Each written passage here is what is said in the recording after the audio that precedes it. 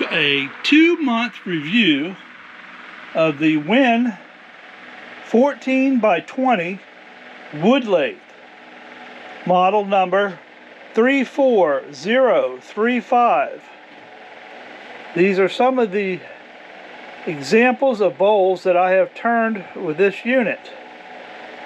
Not all this stuff came with it, but I'm going to put links to all these parts that I got and extra tools to go with it, because they really make things work a lot better. Hurricane lathe turning tools are really good. This is a 5/8 bowl gouge. I have actually 2 sets of them, of Hurricane tools. Some that I have reground to make them the shapes that I want. But this is about a really nice lathe. You can also buy an extension for this, and this part stays, but the extension goes on here so that you could move your tailstock further back if you want. That's the only thing, is with this here, you have to either take this off, so you can take the tailstock off when you're turning it. That would probably be the only thing that is kind of an inconvenience, but that is for carrying it. There's also a tool holder and a carrying handle over here. This thing is on around 90 pounds, 89 pounds, something like that. Even I, with 8 anchors in my shoulder, can carry this without any issue. It's been a great lathe. We did have a few issues early on that I think were specific to this unit. This one unit, when shipping, this is the cord that goes to the motor. This cord right here, I think, had gotten damaged in shipping. They sent me a new one without question, and it solved the problem. It has a 3/4 horsepower motor, which is adequate. I think would be better with a 1 horsepower motor. This lathe will handle the size bowls. It's a little underpowered, but for your novice or your semi-pro, this lathe will do everything you need to. This right here is about a 13.5-inch bowl, which is about as big as you can turn. So that's cedar, handle that with no problem. This is a cherry, which is kind of heavy.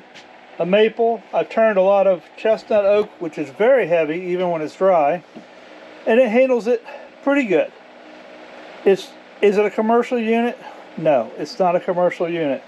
So, you know, don't expect it to be the same as some of these big lathes, but if you know what, if you're like me, just the average Joe, and you're on a budget, and you want to better turn some bowls and make stuff for family, and you know, I mean, I sell this stuff, so I probably turn on average on a weekend 10 to 15 bowls a weekend, because I have 2 places I sell them at, and I opened an antique booth at an antique mall, so I've got to keep up with that. Will this hold up? I don't know. So far, there's no signs that it won't. I'm pretty rough on it. I'm pretty heavily get into gouging up the center, and I've had more problems with the chucks than anything. But I'll put a link to this chuck. That didn't come with it. It does come with this piece here for your drive. It also comes with this right here for your drive, which both of those you can set them right here on the ends. This is a worm screw. There's your wrench for here, and then these are some Allen screws that you need for your to tighten up the chuck and stuff. The belt is fairly easy to switch over. You can reach down in there, and actually there's a cover over here, but I don't take the cover off. I just reach my hand right down underneath here, loosen this up, and I can use my fingers to move it over. 99% of the time, I honestly leave it on the lowest belt setting, which will go from 250 to 720 RPM. I think you get like 735 is what I've gotten out of it. You can use the medium. You want to be probably, I'd say, under 8 inches on your bowl size. You can put it on the medium if you want to go ahead and do the like spindles. These candles are fine. You know, 8-inch bowls. If it's a softer wood, your tools are nice and sharp. It's not going to be a problem. So far it's been pretty good. The only thing that I did, you see tape around this, is this rattles a little bit. It's a little irritating. So, you know, this doesn't need to spin to turn it, you know. This will come out about 3.25 inches. And if you wind this back, if you put these in here and you wind it back like this, it'll force it out. So I don't have it in there all the way, so this will pop out. But like on this right here, down here, I did buy this, and it won't go in there all the way with it all the way back. So when you wind this back, what happens is it'll pop that tool out for you. So you're not trying to get a screwdriver in there or something like that, trying to pop it out. As it goes back, the shaft on this will hit and it will pop it out. Same for these. I did buy this. This is a cap, a magnetic cap, so it's really pointed, 60-degree bevel. I found this and added this to it because sometimes I need, if it's a softer wood, that point will go in too far. This gives it a little more edge so it doesn't go in all the way. Then I highly recommend this. Didn't like the one that it came with. It didn't hold real well.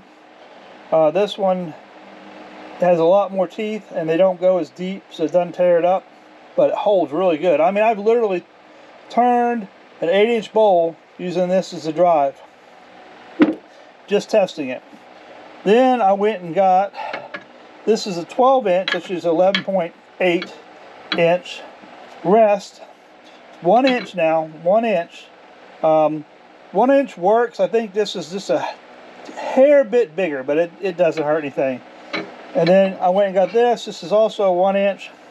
You're going to want to have something like that for going in your bowls. It makes life a lot better.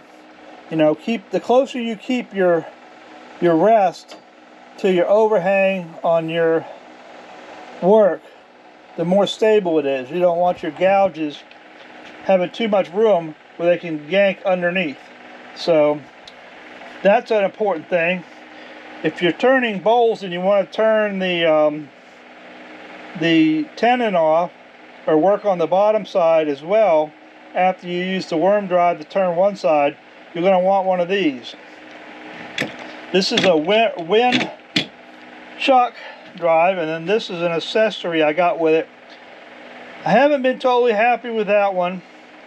I had a few problems with it coming loose, so now I just keep this on it, and it seems to work fine with this device on it. But it wasn't holding the worm drive tight.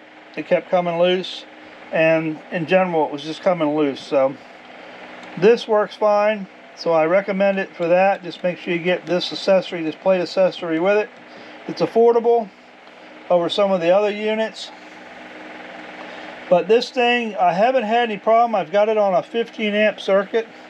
I've got a fan running in the background. I've had the vacuum running, and I've had the Win dust collector running at the same time, and I haven't had any problem with it blowing a breaker. I think it pulls around 11 amps or something like that. Or actually it says 6 amps on here, but I think if you really power it under a load, you're probably getting a little more than that, but that's running amps. So I mean, like I say, I'm running it off an average receptacle in the house. It's actually out here in the shop. So if you just have a 15 amp receptacle in your place, you'll be able to run this without any problem. A dust collector to connect to it. I think that light is on its circuit, LED. So no problem with power. Your average receptacle. Don't need a 20 amp. I can't see that pulling anywhere near that. But it's been good. It's undergone a lot of abuse. I use it pretty heavily. I use it to make all the bowls for the show, for the YouTube, both channels. Like I said, I have 2 retail places as well that I sell it at, and now I'm going to have a booth at an antique mall. So it's been able to hold up to me doing all that, and it still sounds and runs just fine. So what I'm going to do is I'm going to leave a link to the machine and all the accessories in this video. What I'm going to ask from you guys is, I'm an Amazon associate, which helps to benefit our channel. I ask that you use the links if you're interested in buying this or anything off Amazon, because that money comes back to the channel, which helps me to grow the channel and help pay for all this stuff, you know, to create content. It'll work just fine for anybody. They do have one a little smaller, which I think if you're not turning up to like 13.5-inch bowls, I think it's a 12-inch, but it's not variable speed. I'd say you're doing okay. Like I say, 99% of the time I run it on the lowest speed, but it is variable from 250 to 7. So if you get one without a variable speed, it's going to run at the 700 RPMs constantly. So if you've got to go slower, which sometimes you do, you don't have that option, but you could do it. So anyways, give me a big thumbs up. Please use the links that I sent you, because it really is going to help me out, and I'm really excited about this. And I will be getting another lathe to review after about 6 months. We'll get another lathe and we'll review that one, and we'll see how it compares to, say, this one.